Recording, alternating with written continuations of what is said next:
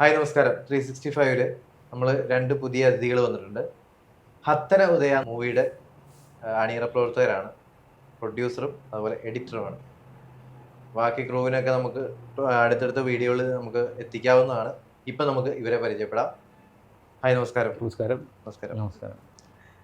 അപ്പോൾ പേര് പറഞ്ഞ് ഒന്ന് നമുക്ക് ജസ്റ്റ് ഒന്ന് പരിചയപ്പെടാം. എൻ്റെ പേര് രാകേഷ് റാം. ആ. വയനാടാണ് സ്വദേശം. ഓക്കെ. ഇപ്പോൾ താമസിക്കുന്നത് കണ്ണൂർ ജില്ലയിൽ.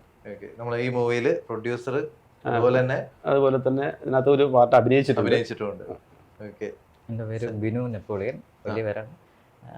എഡിറ്ററാണ്. അതുപോലെ തന്നെ മുൻപ് ഏതൊക്കെ ചെയ്തിട്ടുണ്ട്?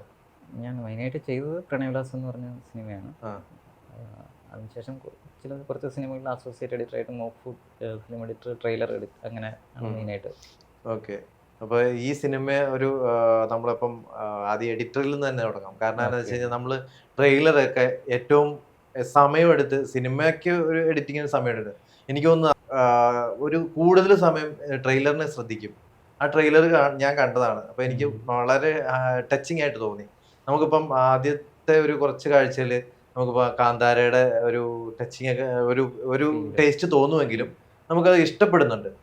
അതുപോലെ തന്നെ നല്ല മ്യൂസിക്, നല്ല കാഴ്ചയ്ക്കും നല്ല രസമുണ്ട്. ആളെ പിടിച്ചിരുത്തുന്ന കുറച്ച് നല്ല വിഷ്വൽസ് ആണ് അതിനകത്ത് കണ്ടത്. നമ്മുടെ എഡിറ്റർ എന്നുള്ള നിലയിൽ എന്താണ് ഈ സിനിമയെ കുറിച്ചുള്ള പ്രതീക്ഷ?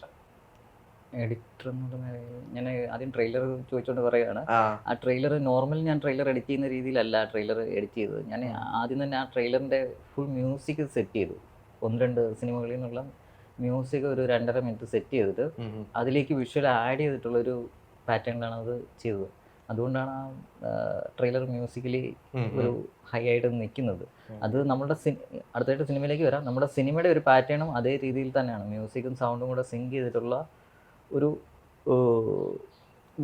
വിഷ്വലി തിയേറ്റർ എക്സ്പീരിയൻസ് കിട്ടണമെന്ന് ഭയങ്കര നിർബന്ധത്തോടു കൂടിയിട്ട് ഞങ്ങൾ 3 പേരും കൂടെ ചേർന്ന് ഡിസൈൻ ചെയ്തേക്കുന്നതാണ് ആ സിനിമ എന്ന് പറയുന്നത്.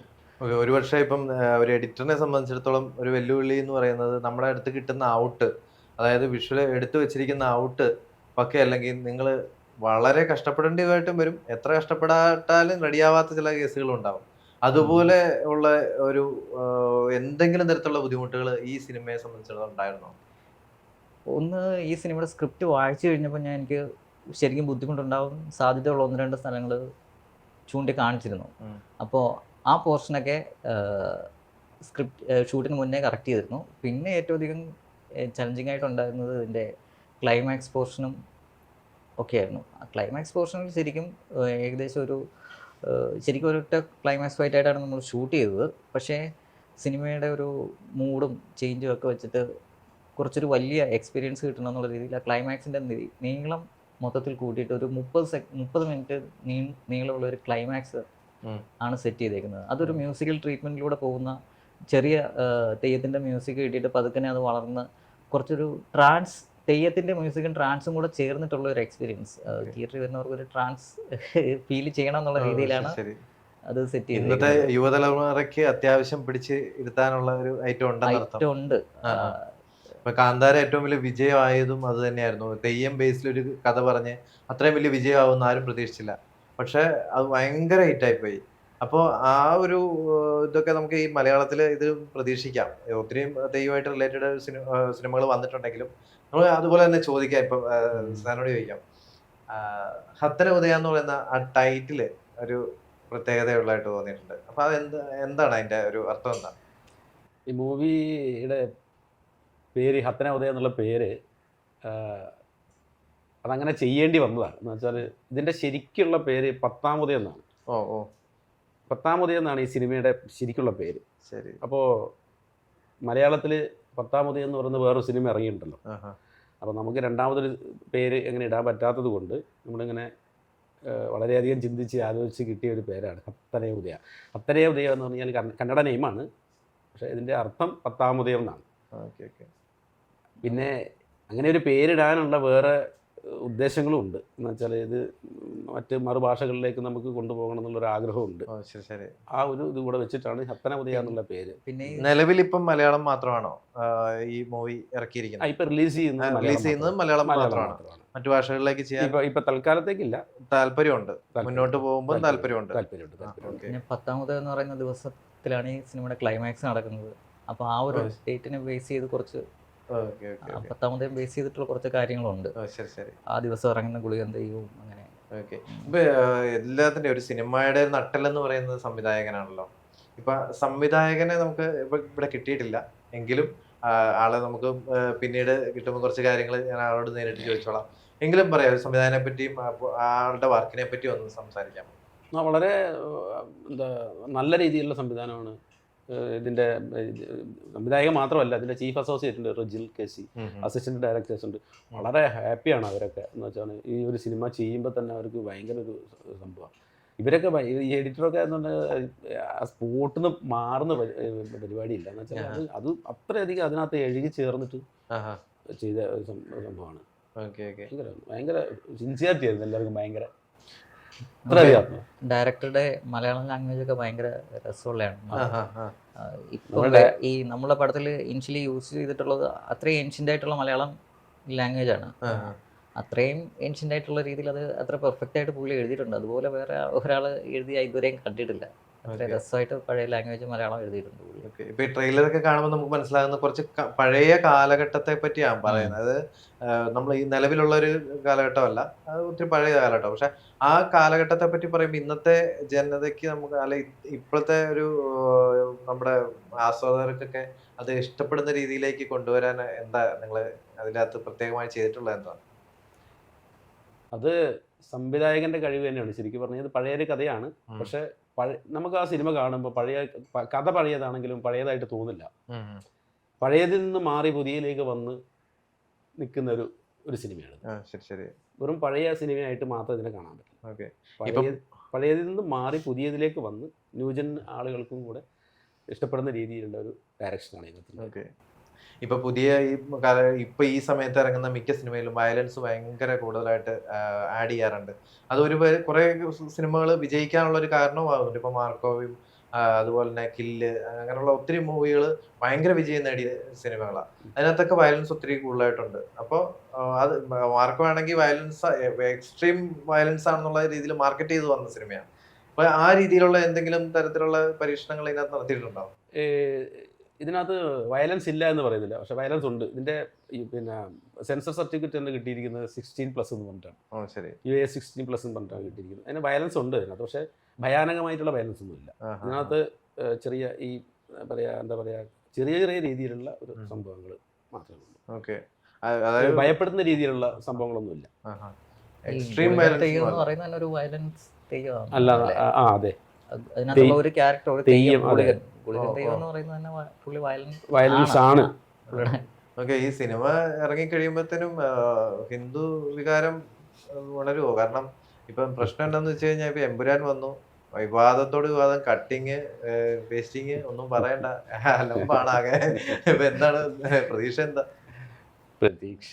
നമുക്ക് അങ്ങനെ പറയാൻ പറ്റില്ലല്ലോ. നമ്മളിപ്പോ അതിനകത്തുള്ള എല്ലാ കാര്യങ്ങളും നമ്മൾ പറഞ്ഞു കഴിഞ്ഞാൽ പിന്നെ നമ്മുടെ സിനിമ ഇറക്കുന്നതിനകത്ത് കാര്യമില്ലല്ലോ. അല്ല, ഞാൻ ചോദിക്കുന്നത് ഹിന്ദു വികാരത്തെ വ്രണപ്പെടുത്തുന്ന ഏതെങ്കിലും തരത്തിലുള്ള സീനുകളോ എന്തെങ്കിലും ഉണ്ടോ ഈ സിനിമയിൽ ഉണ്ടാവാൻ ചാൻസ് ഉണ്ടോ? ഒരു പ്രൊഡ്യൂസർ എന്നുള്ള നിലയ്ക്കും അതിനകത്ത് അഭിനയിച്ചിട്ടുള്ള ആൾ എന്ന നിലയ്ക്കും അങ്ങനെ തോന്നിയിട്ടില്ല. എനിക്ക് തോന്നിയിട്ടില്ല. എഡിറ്റർ എന്നുള്ള നിലയ്ക്ക് വികാരം വ്രണപ്പെടുത്തത്തില്ല, വികാരത്തെ സന്തോഷിപ്പിക്കുന്ന സീൻസ് ആണ്. അപ്പൊ എന്തായാലും ഇപ്പൊ ഇതുപോലെ തന്നെ നമ്മള് ഒരു സിനിമയെ സംബന്ധിച്ചിടത്തോളം പാട്ടിന് വളരെ പ്രാധാന്യമുള്ള ഇതിനകത്താണെങ്കിൽ 2-3 പ്രശസ്തരായ ഗായകർ പാടി ആരൊക്കെയാണെന്ന് പറഞ്ഞോളൂ. അതുപോലെ തന്നെ ഒന്ന് നമുക്ക് അതിന്റെ വിശേഷങ്ങൾ അറിയാൻ ആഗ്രഹമുണ്ട്. ഇതില് ഒരു പാട്ട് പാടിയിരിക്കുന്നത് സിത്താര കൃഷ്ണകുമാറാണ്. വളരെ നല്ല ഗാനങ്ങളാണ്. പിന്നെ ഇതിൻ്റെ അത് കുമാർ ശാന്തിയാണ് ഇതിൻ്റെ ഡാൻസ്. കുമാർ ശാന്തി മാസ്റ്റർ അവരാണ് ഇതിൻ്റെ ഡാൻസ് മറ്റുള്ള കാര്യങ്ങളൊക്കെ ചെയ്തിരിക്കുന്നത്. പിന്നെ ഒരു പാട്ട് പാടിയിരിക്കുന്നത് വൈക്കം വിജയലക്ഷ്മിയാണ്. പിന്നെ രണ്ട് പാട്ടുള്ളത് പിന്നെ സാമുവൽ എബി എന്ന് പറഞ്ഞിട്ട് ഒരു അദ്ദേഹമാണ്. പിന്നെ ഒരാളുടെ പേര് എനിക്ക് കൃത്യമായിട്ട് അറിയില്ല. അറിയാവോ? ഇതിനറിയാവോ? ഞാൻ ഫേമസ് ആയിട്ടുള്ള ആളുകളാണ് ഇതെല്ലാം കൈകാര്യം ചെയ്തിരിക്കുന്നത്. ഓക്കെ. ഇപ്പൊ നിലവില് ഇപ്പൊ നമ്മളൊരു ചെറിയ സിനിമയെ സംബന്ധിച്ചിടത്തോളം ഒത്തിരി ബുദ്ധിമുട്ട് ഒരു സിനിമ തിയേറ്ററിലേക്ക് വരാനായിട്ട്. കാരണം നമ്മൾ സിനിമ എടുക്കുന്നതിലും ബുദ്ധിമുട്ടാണെന്ന് തോന്നുന്നു. എനിക്ക് തോന്നുന്നു അതൊന്നും തിയേറ്റർ കിട്ടാനും. എന്ന് വെച്ച് കഴിഞ്ഞാൽ സ്റ്റാർ വാല്യൂ ഇല്ലാത്തവരുടെ സിനിമകള് ഇവിടെ തിയേറ്ററുകാരാണെങ്കിലും ബാക്കിയുള്ള പല സ്ഥലത്തുനിന്നും പല പ്രതിസന്ധികൾ നേടാറുണ്ട്. ഈ തരത്തിലുള്ള എന്തെങ്കിലും പ്രതിസന്ധികൾ നമുക്ക് നേരിടേണ്ടതായി വന്നിട്ടുണ്ടോ? തിയേറ്ററുമായിട്ട് ബന്ധപ്പെട്ട് തിയേറ്റർ അവൈലബിൾ ആവാൻ വേണ്ടിയിട്ട് നമ്മൾ ഒരു ഏജൻസിനെ ഏൽപ്പിച്ചിട്ടുണ്ട്. അവർ വളരെ നല്ല മൂവി മാർക്ക് എന്ന് പറഞ്ഞൊരു പിന്നെ ഡിസ്ട്രിബ്യൂട്ടറാണ് നമ്മൾ സമീപിച്ചിട്ടുള്ളത്. അവർ നല്ല രീതിയിൽ നമുക്ക് തിയേറ്റർ ചെയ്ത് തന്നിട്ടുണ്ട് ഇതുവരെ. ഇപ്പോൾ ഇതുവരെ വലിയ കുഴപ്പമൊന്നുമില്ല. 18-ാം തീയതി എല്ലാം ഓക്കെയാണ്. പിന്നെ നമ്മൾ പിന്നെ കുറച്ച് ഷോയുടെ എത്ര ഷോ വയ്ക്കണം എന്നുള്ളതൊക്കെയാണ് നമ്മളിങ്ങനെ ആലോചിച്ചുകൊണ്ടിരിക്കുന്നത്. വേറെ അത് രീതിയിലുള്ള ബുദ്ധിമുട്ടൊന്നുമില്ല. ഓക്കെ. ഒരു പ്രൊഡ്യൂസർ എന്നുള്ള രീതിയിൽ ഇപ്പോൾ ഫസ്റ്റ് സിനിമയാണ്. അപ്പൊ ഇതിന്റെ ഇനി മുതൽ അങ്ങോട്ട് സിനിമ എടുക്കണം എന്നുള്ള ആഗ്രഹം കൂടുവാണോ? ഇത് ചെയ്തുകൊണ്ടിരിക്കുമ്പോൾ തന്നെ ഞങ്ങൾ വേറെ 2 സിനിമയുടെ സ്ക്രിപ്റ്റ് ചെയ്തു വെച്ചിട്ടുണ്ട്. ഈ സിനിമ ഡയറക്റ്റ് ചെയ്തുകൊണ്ടിരിക്കുന്ന സമയത്ത് തന്നെ നമ്മൾ വേറെ 2 സിനിമയുടെ സ്ക്രിപ്റ്റ് തയ്യാറാക്കിക്കൊണ്ടിരിക്കുന്നുണ്ട്. അപ്പോൾ നിലവിൽ തയ്യാറാക്കി വെച്ചിട്ടുണ്ട്. നമ്മളിപ്പം അത് പ്രൊഡ്യൂസേഴ്സ് ആരെങ്കിലും ആവാം, നമ്മളത് ചെയ്യണം എന്ന് ആഗ്രഹിക്കുന്നുണ്ട്. അപ്പം നമുക്ക് തന്നെ ചെയ്യാൻ പറ്റുന്നില്ല. നമ്മളെന്തായാലും ചെയ്യും. എന്തായാലും അധികം വിദൂരമല്ലാതെ നമ്മളത് ചെയ്യും. 2-3 മാസത്തിനുള്ളിൽ നമുക്കത് തുടങ്ങണമെന്ന് ആഗ്രഹിക്കുന്നു. ഏതെങ്കിലും ഒന്ന് തുടങ്ങണമെന്ന് ആഗ്രഹിക്കുന്നു. ഇപ്പം അതുപോലെ തന്നെ ഇപ്പം ഇതിനകത്ത് നായകനും നായികയും അവരുടെ അഭിനയത്തെ കുറിച്ച് എങ്ങനെയാണ്? എല്ലാവരും പുതുമുഖങ്ങളല്ലേ? എല്ലാവരും പുതുമുഖങ്ങളല്ല. എല്ലാവരും അതിനകത്തുള്ള 2-3 പേര് പുതുമുഖങ്ങളാണ്. ബാക്കിയുള്ളതൊക്കെ കുറേ സിനിമകളിലൊക്കെ അഭിനയിച്ച് കുറേ ഷോകളിൽ പിന്നെ കോമഡി ഷോ അതുപോലുള്ള ഷോകളിലൊക്കെ ഉള്ള കുറേ ആളുകളുണ്ട്. എന്തായാലും പിന്നെ ആളുകൾക്ക് കണ്ടുപരിചയമുള്ള ആളുകളാണ്. പക്ഷേ ഈ ഒരു എന്താ പറയുക സൂപ്പർ സ്റ്റാറിനെ പോലുള്ള ആളുകളില്ല എന്ന് മാത്രമേ ഉള്ളൂ ഇതിനകത്ത്. പരിചിതമായ മുഖങ്ങളൊക്കെ തന്നെയാണ്. പരിചിതമായ മുഖങ്ങളാണ്. ഞാൻ ആദ്യമായിട്ടാണ്, എന്നെ കണ്ട് പരിചയം ഉണ്ടാവില്ല. കാരണം ഞാൻ ഇതിനകത്ത് എനിക്ക് ആദ്യമായിട്ടാണ് ഞാൻ അഭിനയിക്കുന്നത്. ചെറിയ ചെറിയ ഷോർട്ട് ഫിലിംസിലും അങ്ങനെയുള്ള ഇതൊക്കെ ചെയ്തെന്നല്ലാതെ. ഓക്കെ. ഈ സിനിമാ മോഹം എങ്ങനെയാ? സിനിമാ മോഹം കൊണ്ടെടുത്തൊരു സിനിമയാണ്. സിനിമയിൽ അഭിനയിക്കണം എന്നുള്ള മോഹം കൊണ്ടെടുത്ത സിനിമയാണ്. അത് എനിക്ക് തോന്നുന്നു പ്രൊഡ്യൂസർമാര് കുറെ പേര് അങ്ങനെ ജനിച്ചിട്ടുണ്ടല്ലേ? ഞങ്ങൾ 5 പേരാണ് ഇതിന്റെ പ്രൊഡ്യൂസേഴ്സ്. ഈ 5 പേരും സിനിമയിൽ അഭിനയിക്കണം എന്നുള്ള മോഹം കൊണ്ട് മാത്രം എടുത്ത സിനിമയാണത്. അപ്പൊ എന്ത് തോന്നി ഇപ്പൊ ഈ പ്രൊഡ്യൂസ് ചെയ്തു, ഒരു സിനിമയിൽ അഭിനയിച്ചു, ഇപ്പോഴത്തെ ഒരു എങ്ങനെ സന്തോഷമാണോ അല്ലെങ്കിൽ എനിക്ക് ഇതിനകത്ത് കണ്ടിന്യൂ ചെയ്യണം താല്പര്യമുണ്ടോ? ഭയങ്കര ഹാപ്പിയാ ഞങ്ങള്. ഞാൻ മാത്രമല്ല, എന്റെ ഭാര്യയൊക്കെ ഭയങ്കര ഹാപ്പിയാ. ഭയങ്കര താല്പര്യ, പുള്ളിക്ക് ഭയങ്കര താല്പര്യ. എല്ലാരും 5 പേർക്കും അതെ ഭയങ്കര താല്പര്യ. ഇതിന്റെ ഡയറക്ടർ തുള്ളിച്ചാട്. എന്താ വെച്ചാൽ ഒരു സിനിമ സംവിധാനം ചെയ്യാൻ കിട്ടിയില്ലേ അദ്ദേഹത്തിന് ഭയങ്കര ആഗ്രഹമായിരുന്നു. അദ്ദേഹം ഒരുപാട് നാടകങ്ങൾ സംവിധാനം ചെയ്തിട്ടുണ്ട്. നാടകങ്ങൾ കുറേ ഫേമസ് നാടകങ്ങളാണ്, എനിക്ക് പേരറിയില്ല. ഇങ്ങനെയുള്ള ആളാണ് അയാൾ. ഓക്കെ. അപ്പൊ നമുക്ക് ഇപ്പൊ ഈ സിനിമ പ്രേക്ഷകരിലേക്ക് ഇപ്പൊ എത്താൻ പോവാണ്. അപ്പോൾ പ്രേക്ഷകരോട് നമുക്ക് സിനിമയെക്കുറിച്ച് കാണാനായിട്ട് പ്രേരിപ്പിക്കുന്ന എന്ത് ഘടകമാണുള്ളതെന്ന് നേരിട്ട് പറഞ്ഞുകൊള്ളാം. ഒരു ഫാമിലി എൻ്റർടൈൻമെൻറ്റ് മൂവിയാണ് പത്തനാപുതി എന്ന് പറയുന്നത്. അതിനുവേണ്ടി അതുപോലെയാണ് സിനിമ ചെയ്തു വച്ചിരിക്കുന്നത്. തിയേറ്ററിൽ പോയി കാണുക, വളരെ നല്ല അനുഭവമായിരിക്കും. എന്തായാലും ഒരു നെഗറ്റീവ് ആർക്കും ഫീൽ ചെയ്യില്ല. എന്തായാലും നല്ല ഒരു സന്തോഷത്തോടു കൂടെ തന്നെ തിയേറ്റർ വിടാൻ പറ്റുന്ന ഒരു സിറ്റുവേഷൻ ആയിരിക്കും ഈ മൂവി കണ്ട് ഇറങ്ങുമ്പോൾ ഉണ്ടാവുക. അപ്പോൾ എല്ലാവരും തിയേറ്ററിൽ പോയി കാണണമെന്നാണ് നമുക്ക് പറയാനുള്ളത്. എന്ന് വെച്ചാൽ ഇതിനകത്ത് നല്ല നല്ല ഒരു കുറേ നമുക്ക് മനസ്സിലാക്കേണ്ട കുറേ കാര്യങ്ങളുണ്ട് അതിനകത്ത്.